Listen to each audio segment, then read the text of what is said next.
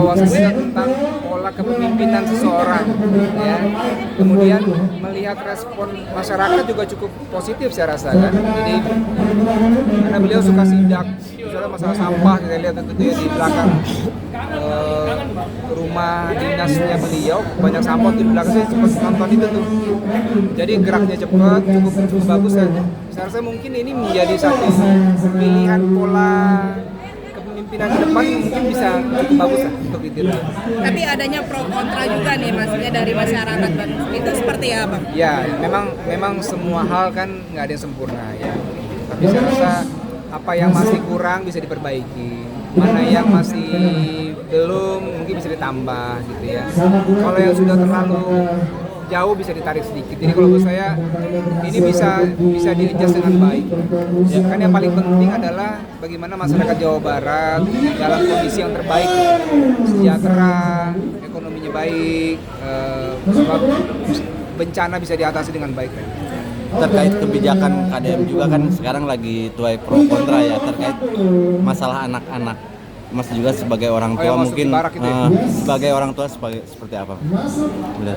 Kalau saya melihatnya kalau ini kan ini satu pola aja gitu. Walaupun mungkin pada saat masuk barak itu mungkin nggak seperti pola militer gitu ya, mungkin nanti ada adjustment lah gitu ya, sesuai dengan tingkat usia dan sebagainya. Mungkin ya menurut saya ya. Jadi sebenarnya pilihan itu boleh jadi opsi, tapi juga kalau menurut saya mungkin nanti bisa diskusi juga dengan pakar pendidikan anak misalnya atau pakar ilmu parenting dan sebagainya supaya bisa disinkronkan gitu ya, dapat juga untuk disiplinnya tapi juga parenting juga dapat. Mungkin sebagai orang tua melihat sekarang kan anak-anak tuh identik dengan kekerasan, mungkin seperti apa sih Mas melihatnya? Ya memang kalau kita baca di berita aja ya, tawuran itu kan memang masih banyak kemana-mana. Terus ya misalnya geng motor atau begal lah gitu, misalnya begal ya. Narkoba berikutnya misalnya. Ya memang ini masih jadi permasalahan yang harus kita cari jalan keluar bareng-bareng. Semua opsi menurut saya boleh diterima selama tidak keluar dari hukum gitu ya. Semua opsi bisa diterima, tinggal nanti ketika sudah dijalankan ada yang perlu diperbaiki enggak opsi-opsi ini. Kalau ada yang perlu diperbaiki, coba cari opsi yang lebih baik lagi. Mungkin begini, kalau buat saya ini bisa jadi satu opsi lah, tapi tidak menutup kemungkinan ada opsi lain mungkin yang jauh lebih baik gitu ya. Tapi kan ini cuma satu pilihan yang diambil untuk menyelesaikan sebuah problem yang ada.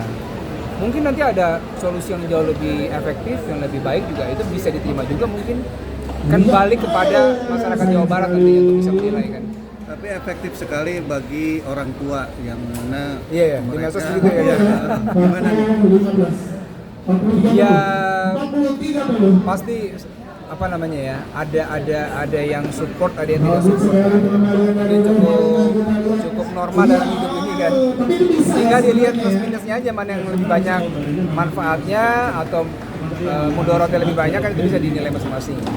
Tapi intinya kalau saya pikir ini jadi satu opsi yang bisa dijalankan, oke. Tapi kalau ada yang perlu diperbaiki ya harus diperbaiki juga. Mas Dudnya ngerasa was-was nggak sih Mas soal terkait pembegalan tadi dengan permainan? Memang kalau melihat perkembangan sekarang cukup mengkhawatirkan, dan yang lebih membuat agak khawatir adalah bagaimana kalau anak-anak saya ini udah remaja ya, yang saya lebih concern kepada pola pergaulan.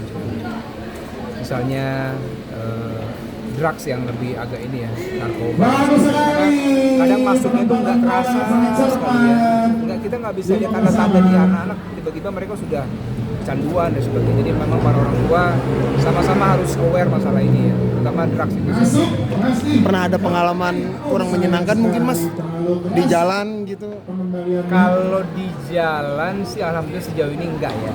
Cuma kalau baca berita saya kemarin dapat laporan dari teman saya di daerah Karangjonggol sana tuh ada begal katanya, terus ada korban jiwa juga segala macam. Itu yang dia baca itu kayak hati gimana gitu ya, kayak ini kan masalah nyawa orang, tapi itu ya memang kalau bisa semua pihak bisa saling merangkul lah. Kepolisian harus aware juga, masyarakat juga saling bisa mendukung lah. Mungkin ngerasa was-was gak sih Mas nanti ketika anak dewasa gitu kan melihat zaman sekarang seperti ini? Sekarang aja saya sama Ica udah mulai mikir kalau nanti mereka remaja kita apa yang harus pada siapkan gitu ya. Karena tantangan di saya remaja sama mereka remaja beda. Pergaulannya beda, saya remaja sama mereka nanti remaja juga beda. Jadi orang tua juga jangan tutup mata, kita harus lihat perkembangan sekarang kayak apa sih gitu. Sekarang kan medsos tuh kebuka semua sebenarnya kan. Nggak ada salahnya sih kita ikutin aja, kita lihat sekarang polanya ke arah mana sih, apa yang sekarang jadi tren buat anak muda gitu ya. Mana yang baik, mana yang buruk. Terkait itu seperti apa? Proteknya seperti apa? Apalagi anak-anak nih. Oke, protek kalau saya sama Ica pertama kita coba tanamin dulu nilai agama sebaik mungkin. Walaupun itu tidak menjadi hal yang mutlak harus pasti bisa menjaga, enggak juga gitu ya. Yang kedua, pengawasan orang tua harus terus jalan. Yang ketiga, kalau dia ada, saya sama Ica harus punya koneksi baik dengan pihak sekolah. Jadi artinya kan di sekolah nggak ada sama kita nih. Komunikasi guru BP, kepala sekolah sama kita harus baik. Artinya kita tahu apa yang dia lakukan di sekolah, dia sama temannya bagaimana gitu ya. Kalau dia berteman harus dipantau memang. Apalagi sekarang ya. Kalau dia udah punya medsos harus dipantau gitu.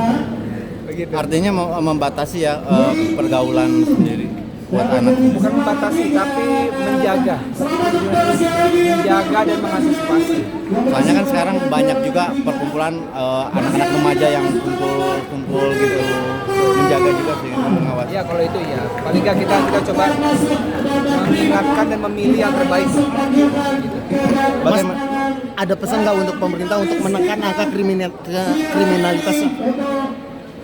Kalau ini sebenarnya harus bukan hanya polisi aja ya, tapi harus semua orang tua, lingkungan dari tingkat RT sampai ke atas gitu ya.